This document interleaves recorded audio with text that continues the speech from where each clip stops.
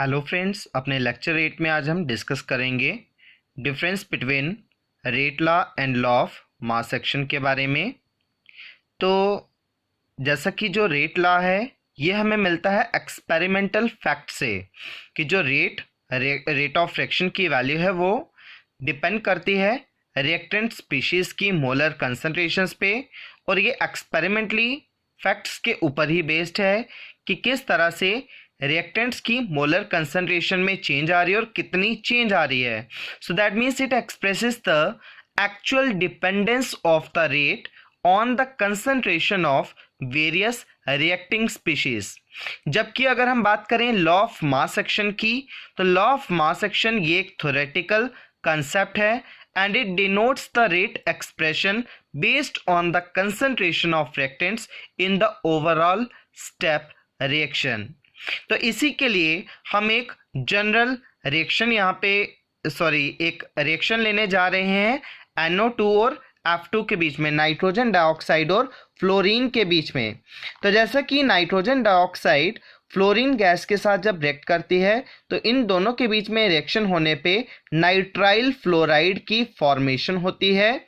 तो ये जो रिएक्शन है ये एक कॉम्प्लेक्स रिएक्शन है। कॉम्प्लेक्स रिएक्शन का मतलब होता है कि ऐसी रिएक्शंस जिनमें एक से ज़्यादा नंबर ऑफ स्टेप्स की इन्वॉल्वमेंट होती है। तो जैसे कि ये जो हमने रिएक्शन ली है ये एक कॉम्प्लेक्स रिएक्शन है क्योंकि इसमें 2 स्टेप्स की इन्वॉल्वमेंट है। तो इस रिएक्शन का अगर हम मैकेनिज्म देखें तो फर्स्ट स्टेप के अकॉर्डिंगली NO2 और F2 जब दोनों आपस में ये रिएक्ट करते हैं तो इससे नाइट्राइल फ्लोराइड की फॉर्मेशन होती है और साथ में मिलता है नेसेंट फ्लोरीन एटम। और ये जो स्टेप है first step, it is slow step reaction का जो रेट है वो स्लो है। और जो सेकेंड स्टेप इसमें इन्वॉल्व होता है जिसमें कि फर्दर नाइट्रोजन डाइऑक्साइड इस नेसेंट फ्लोरीन एटम के साथ रिएक्ट करता है और फॉर्म करता है अगेन नाइट्राइल फ्लोराइड को। ये स्टेप जो है ये फास्ट स्टेप है। तो एक्सपेरिमेंटल ऑब्जर्वेशंस जो हैं वो हमें ये बताती हैं कि जो रेट ऑफ रिएक्शन है that is proportional to the product of concentration of NO2 and F2। तो उस बेसिस पे जो रेट ऑफ रिएक्शन है वो हमें मिलेगा rate constant K into molar concentration of NO2 into F2 के इक्वल। तो इसका मतलब ये हुआ कि जो रेट लॉ है, rate law corresponds to the slowest step in a complex reaction. कि अगर एक मल्टी स्टेप रिएक्शन है तो उस मल्टी स्टेप रिएक्शन के केस में जो रेट लॉ होगा वो डिपेंड करेगा स्लोएस्ट स्टेप पे। जैसे कि इस रिएक्शन में हमने कहा कि इस रिएक्शन के 2 स्टेप्स हैं, पहला स्टेप स्लो स्टेप है तो सेकंड स्टेप इसका फास्ट स्टेप है।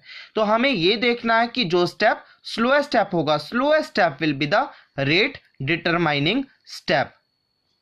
तो इसी रिएक्शन के केस में जो ओवरऑल रिएक्शन हमें ये मिलती है twice NO2 plus F2 gives twice nitrile fluoride. तो इस रिएक्शन में जो पहला स्टेप है इस रिएक्शन का जिसमें कि NO2 और F2 रिएक्ट होकर फॉर्म कर रहे हैं नाइट्राइल फ्लोराइड और नेसेंट फ्लोरीन एटम को, तो ये स्टेप जो है ये स्लोएस्ट स्टेप है। तो इसीलिए रेट लॉ के अकॉर्डिंगली जो इस रिएक्शन का जो पहला स्टेप है ये पहला स्टेप होगा रेट डिटरमाइनिंग स्टेप। तो रेट लॉ के अकॉर्डिंगली जो रेट एक्सप्रेशन आपको मिलेगा that will be equal to rate constant K into molar concentration of NO2 into molar concentration of F2। तो इस तरह से इस रिएक्शन का जो रेट एक्सप्रेशन होगा अकॉर्डिंग टू रेट लॉ वो हमें ये मिलेगा, rate equal to rate constant K into molar concentration of NO2 into F2।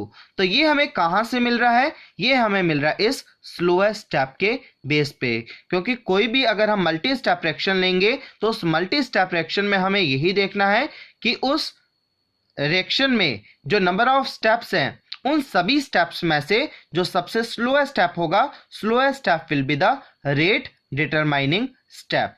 पर अगर सिंगल स्टेप रिएक्शन हैं तो सिंगल स्टेप रिएक्शंस के केसेस में जो रेट एक्सप्रेशन होगा वो आप उस रिएक्शन को देख के ही लिख सकते हैं क्योंकि उसमें एक ही स्टेप की इन्वॉल्वमेंट होगी। बट जहां तक बात है अब लॉ ऑफ मास एक्शन की, तो लॉ ऑफ मास एक्शन ये तो एक थ्योरेटिकल कंसेप्ट है जो कि हम इस ओवरऑल रिएक्शन को देख के ही एक्सप्रेस कर सकते हैं। तो अगर हमें लॉ ऑफ मास एक्शन के अकॉर्डिंगली रेट एक्सप्रेशन को लिखना होगा तो उसके अकॉर्डिंग रेट जो होगा that will be equal to rate constant के into molar concentration of NO2 into molar concentration of F2। और पावर्स में हम लिखते हैं स्टोइकियोमेट्रिक कोएफिशिएंट। तो जैसा कि आप देख सकते हैं NO2 इसका स्टोइकियोमेट्रिक कोएफिशिएंट 2 है और F2 का स्टोइकियोमेट्रिक कोएफिशिएंट 1 है। तो इसी तरह से यहाँ पे भी NO2 के पावर में हमने लिखा 2 और F2 के पावर में 1 आना था, तो 1 को हम नहीं लिखते हैं। तो इस तरह से लॉ ऑफ मास एक्शन के अकॉर्डिंग जो रेट एक्सप्रेशन आपको मिलेगा rate constant k this is equal to rate constant k into molar concentration of NO2 और पावर में आ गया स्टोइकियोमेट्रिक कोएफिशिएंट 2 और इस तरह से into molar concentration of F2 और पावर में 1 आएगा। तो इस तरह से हम देख सकते हैं कि जो रेट लॉ है और लॉ ऑफ मास एक्शन दोनों में डिफरेंसेस आ रहे हैं, दोनों के जो रेट एक्सप्रेशंस हैं वो डिफरेंट हैं। तो ये दोनों रेट एक्सप्रेशन सेम होंगे कब? जब हमारे पास रिएक्शन होगी सिंगल स्टेप रिएक्शन या जिससे हम बोलते हैं एलिमेंट्री रिएक्शंस। एलिमेंट्री रिएक्शन मतलब वो रिएक्शन जिनमें एक ही स्टेप की इन्वॉल्वमेंट होती है, सिंगल स्टेप रिएक्शन। तो अगर सिंगल स्टेप रिएक्शन होगी तो ऐसे केस में ये दोनों रेट्स आपको सेम मिलेंगे। बट अगर कॉम्प्लेक्स रिएक्शंस हैं मींस मल्टी स्टेप रिएक्शन, तो ऐसे केस में आपको देखना होगा कि नंबर ऑफ स्टेप्स में से सबसे स्लोएस्ट स्टेप कौन सा है। जैसे कि इस रिएक्शन में 2 स्टेप्स थे तो इसमें स्लोएस्ट स्टेप पहला स्टेप है। तो इस पहले स्टेप में जो रिएक्टेंट मॉलिक्यूल्स है ये रिएक्टिंग स्पीशीज हैं, इनकी मोलर कंसंट्रेशंस पे ही डिपेंड करेगा रेट एक्सप्रेशन।